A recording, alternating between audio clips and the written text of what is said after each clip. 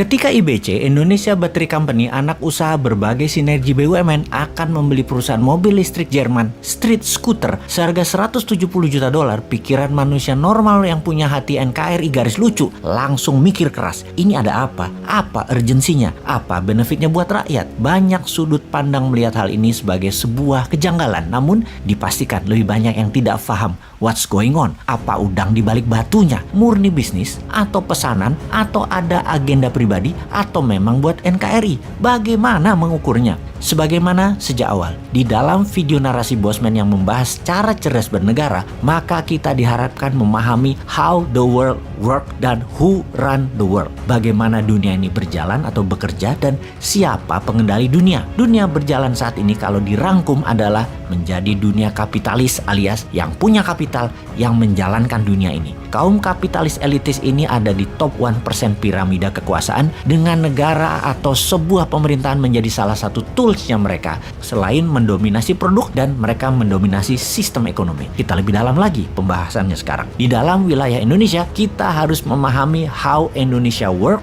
atau cara bekerjanya pemerintahan di Indonesia dan who run Indonesia. Siapa yang menjalankan atau mengendalikan Indonesia. Cara bekerja pemerintahnya. Untuk rakyatkah? Untuk golongan atau kelompokkah? Untuk partai atau politikuskah? Untuk UKM-kah? Untuk menjadi negara superpower-kah? Untuk selalu pegang kendali pemerintahan dan jabatankah? Untuk kepentingan asingkah? Apapun itu, kita harus simpulkan. Lalu, siapa yang menjalankannya? Yang paling mempengaruhi kebijakan itu siapa? Yang menentukan arah pemerintahan dan jalannya negara itu siapa? Yang mengarsiteki bangunan bernegara itu siapa? Sistem negara atau individu atau kelompokkah yang menjalankannya? Pakai strategi meritokrasi di mana yang menjabat adalah hanya orang berprestasi, atau pakai nepotisme atau kolusi kelompok serta kepentingan keluarga yang menjalankan pemerintahannya saat ini. Kita renungkan kembali dua pertanyaan di awal. Siapa yang menjalankan Indonesia dan bagaimana kerjanya? Sudah bisa kita jawabkah? Kita melihat kepentingan yang lebih besar, yaitu survival of the nation dan nation interest Indonesia saat ini. Apakah akan membuat Indonesia menjadi negara superpower? Apakah membuat Indonesia menjadi berdaulat?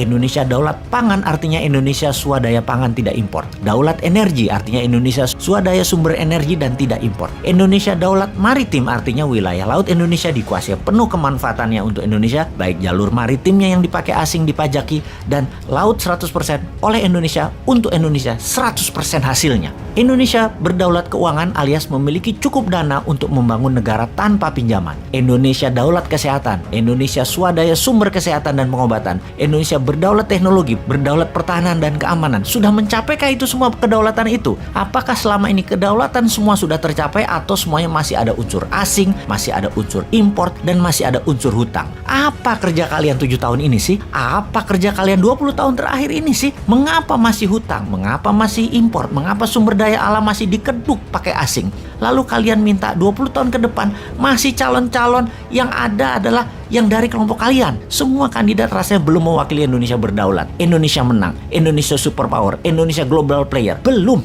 Aduh, maaf melenceng sedikit ke politik. Oke, kita kembali ke topik. BUMN mengapa menjadi oligarki sih? Ini yang huran Indonesia arahnya kok ke arah kepentingan kelompok, dan how Indonesia work makin jelas arahnya bukan untuk rakyat. Duh, kok yang di pucuk tertinggi nggak ngeh juga sih, arah kapal melenceng jauh dari tujuan keadilan sosial untuk rakyat. Hilang nih sila kelima dari Pancasila jadinya.